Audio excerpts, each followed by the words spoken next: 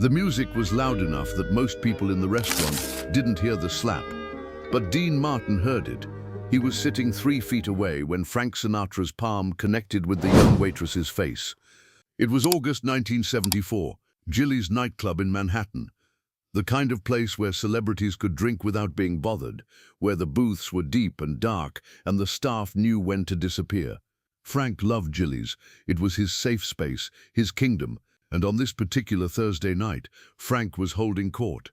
The dinner was supposed to be a reunion of sorts. Dean had flown in from California. Frank was in New York working on an album. A few other friends rounded out the table. Nothing formal, just old friends catching up over steaks and scotch. Frank was on his 3rd drink when the waitress brought the wrong bottle. She was young, maybe 22, new to the staff, nervous in the way people get when they're serving celebrities and trying very hard not to stare or make mistakes. Her name tag said Sarah. Frank had ordered Johnnie Walker Blue. Specific brand, specific bottle. He was particular about his scotch, especially when he was in a mood. And Frank was definitely in a mood. The divorce from Mia Farrow was still raw. The album wasn't going well. Age was creeping up on him in ways he didn't like to acknowledge. On nights like this, Frank's charm could curdle into something uglier. Sarah set the bottle down. Johnnie Walker Black. Frank looked at it, looked at her. "What's this?" "Your scotch, Mr. Sinatra." "I ordered blue." Sarah's face went pale. "I'm so sorry. I thought you said black. Let me fix that right away." She reached for the bottle. Frank didn't move to let her take it. "You thought I said black?"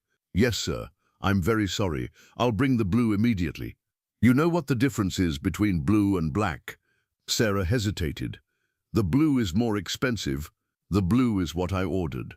The black is what you brought me because you weren't paying attention." Dean shifted in his seat. Frank's voice had that edge, the one that meant he was winding up to something. "Frank, it's fine," Dean said quietly. "Let her bring the other bottle." Frank ignored him. "Are you deaf or just stupid?" Sarah's eyes were wet now. "I'm sorry, Mr. Sinatra. It was my mistake. I'll go get the blue right now." "Yeah, you do that." Sarah practically ran to the bar. The table went quiet for a moment. Then Frank laughed, breaking the tension. Kids these days can't even get a drink order right. Dean didn't laugh.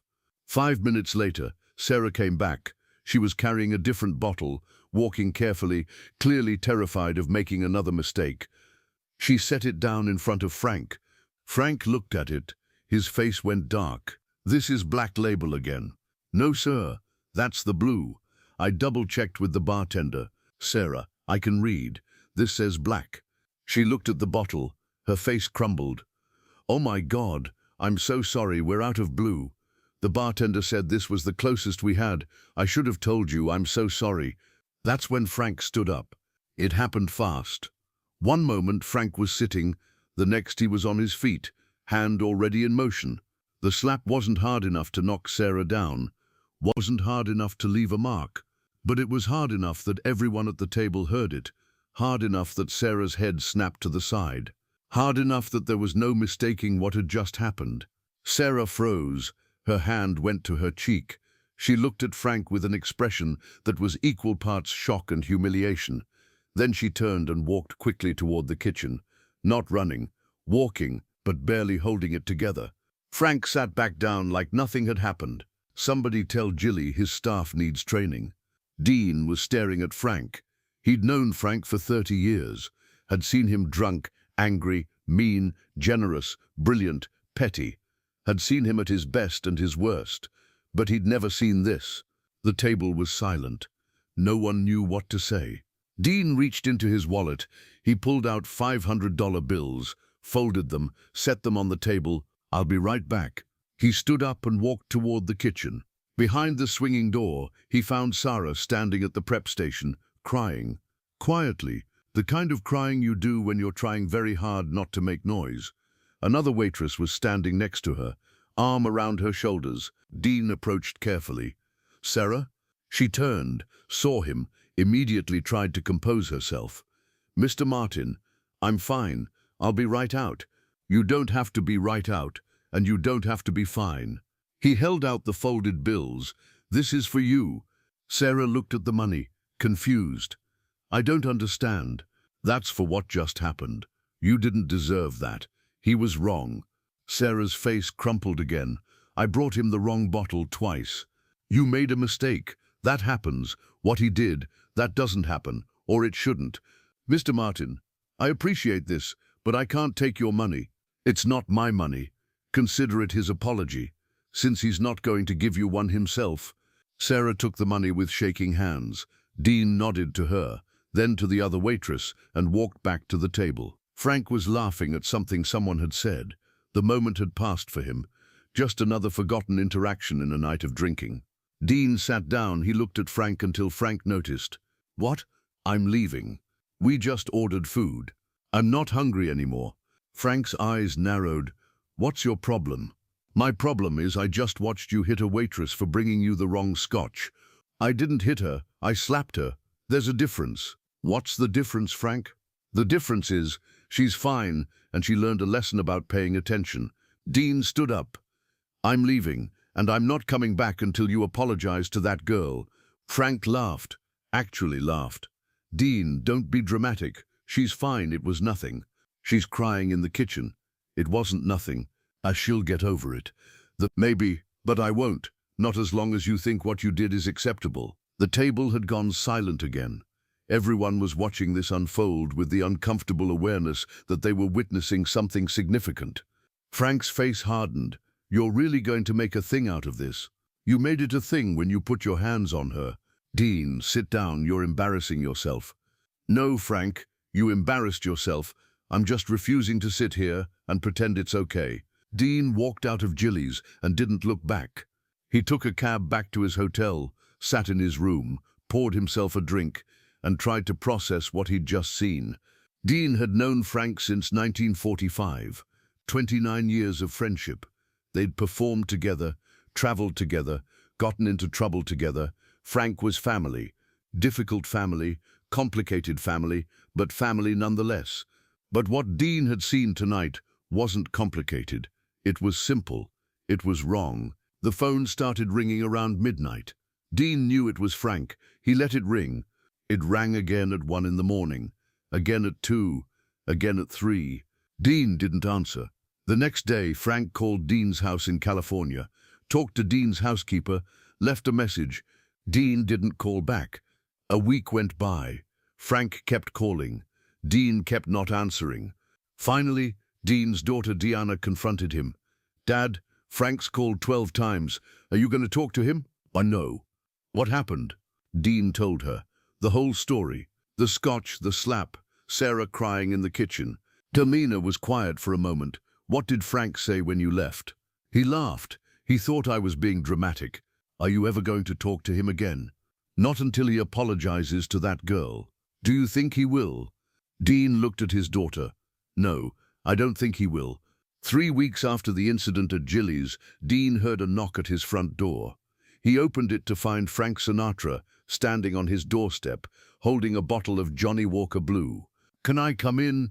Dean stood in the doorway, not moving. Did you apologize to Sarah? Who? The waitress. Did you apologize? Frank's jaw tightened. Dean, I don't even remember her name. That's the problem, Frank. You hit her, and you don't even remember her name. I didn't hit her. How many times do I have to say it? I slapped her. Once, she's fine. You don't know if she's fine. You never asked. Frank held up the bottle. I brought a peace offering. I don't want your scotch, Frank. I want you to understand why what you did was wrong. It wasn't wrong. It was discipline. People need to learn to do their jobs correctly. People need to be treated with basic human dignity, even when they make mistakes. Frank's face was getting red. You're really going to end 30 years of friendship over this? Dean looked at his oldest friend. You're really going to end it by refusing to apologize? They stood there for a long moment. Two men who'd been through everything together, now facing something that neither one knew how to navigate. Frank broke first. You've changed, Dean. You used to understand how the world works. The world doesn't work by slapping waitresses, Frank. The world works however the powerful decide it works. You know that. You've benefited from that your whole career. Maybe, But that doesn't make it right. Frank's voice dropped, became dangerous in a way Dean had heard before. You're choosing her over me, some waitress you don't even know over me. I'm choosing not to normalize what you did. There's a difference. There's no difference. You either stand with your friends or you don't. I stand with my friends when they're right, not when they're wrong. Frank stared at Dean. Then he set the bottle down on the doorstep. When you're ready to stop being self-righteous, give me a call. He walked back to his car and drove away. Dean stood in the doorway for a long time after Frank left. Then he picked up the bottle of Johnnie Walker Blue, took it inside, and poured it down the sink. The 6 months that followed were strange. Dean had never gone this long without talking to Frank. Their lives were intertwined in 1,000 ways. Mutual friends, shared business interests, professional commitments, all of it suddenly complicated by their silence. People tried to mediate. Sammy Davis Jr. called Dean. Come on, man, it's Frank. You guys have been through worse than this. Have we? Dean asked. Name one time Frank hit a woman and I stayed friends with him. Sammy was quiet. He didn't hit her, he slapped her. Not you too, Sam. I'm just saying, maybe you're being a little hard on him. And maybe you're making excuses because you don't want to lose Frank's friendship. That's not fair, Dean. Isn't it? If Frank had slapped May instead of some waitress, would you still be defending him? Sammy hung up. But the question lingered. Would people care more if the victim had been someone they knew, someone who mattered to them personally? And what did it say about all of them that they were willing to overlook violence against a stranger? Dean thought about Sarah a lot during those 6 months. Wondered if she was still working at JILLY'S. Wondered if she'd told anyone what happened. Wondered if the $500 had meant anything, or if it had just been a rich man's guilt money. He thought about calling JILLY'S, asking to speak to her. But what would he say? I'm sorry my friend hit you and I'm sorry I didn't do more to stop it. In the end, Dean did nothing, and that ate at him more than he wanted to admit. Christmas 1974 arrived. Dean was at home with his family. The phone rang. Dean answered. Dad, it's Frank. Dean took the phone. Hello. Merry Christmas, Dino. Merry Christmas, Frank. A long silence. I miss you, you bastard. Dean closed his eyes. I miss you too. Can we stop this? Did you apologize to her? Another silence, longer this time. No, I didn't. Then we're still here, Frank. I'm not going to apologize. What happened was between me and her. It's done. It's over. It's not over for me. Frank's voice cracked slightly. So what are we doing here? Are we done? Is that it? Dean thought about it. Really thought about it. 30 years of friendship. Thousands of shared memories. Performances. Parties. Fights. Reconciliations. All of it threatened by one moment in a restaurant. But it wasn't just one moment, was it? It was what that moment revealed. About Frank. About power. About who mattered and who didn't. I don't know, Frank, Dean said finally. I don't know if we're done, but I know we're not the same. Because of a waitress. Because you hit a waitress and you don't think you did anything wrong. I don't think I did anything worth ending a friendship over. And that's the problem. They talked for another 20 minutes, carefully, avoiding the thing they couldn't resolve. Eventually, they made plans to have dinner the next time they were both in Vegas. The friendship survived, but it was damaged in a way that never fully healed. They still performed together, still appeared together in public. But there was a distance now, a carefulness. Dean never forgot what he saw that night at JILLY'S, and he never fully forgave Frank for not understanding why it mattered. Years later, after Frank died, a reporter asked Dean about their relationship, about the ups and downs, the fights and reconciliations. Frank was my friend, Dean said, but friendship doesn't mean accepting everything. Sometimes it means saying, this isn't okay, and sometimes the other person doesn't want to hear that. But you say it anyway, because that's what real friendship is. The reporter pressed. There were rumors you two had a falling out in the 70s, over an incident at a restaurant. Dean was quiet for a long moment. Frank and I had a lot of falling outs. We always found our way back, but we didn't always find our way back to the same place. Sometimes you come back different. Do you regret how you handled it? Dean thought about Sarah, about the slap, about the $500 that probably didn't mean anything in the long run. "I regret that I didn't do more," he said finally. "Walking out was easy. Actually making a difference would have been harder. I took the easy route. Most people wouldn't have walked out at all. Most people aren't responsible for their friends' behavior. But when you love someone, you are responsible, at least partially, because your silence makes you complicit." The reporter wrote it all down, but he didn't understand what Dean was really saying. Dean wasn't talking about protecting Frank. He was talking about failing Sarah, about witnessing something wrong and doing the minimum instead of the maximum. The $500 was conscience money. Walking out was self-preservation. What Dean should have done was make Frank apologize. Should have refused to be his friend until Frank understood why it mattered. But he didn't. He settled for distance instead of confrontation, for a damaged friendship instead of a lost one. And he carried that regret for the rest of his life. Not regret for confronting Frank, but regret for not confronting him enough. That's the real story of the night at JILLY'S. Not a story about Dean Martin being brave enough to walk out on Frank Sinatra, but a story about Dean Martin learning that sometimes walking out isn't enough. Sometimes you have to stay and fight, even when it costs you everything. Especially then,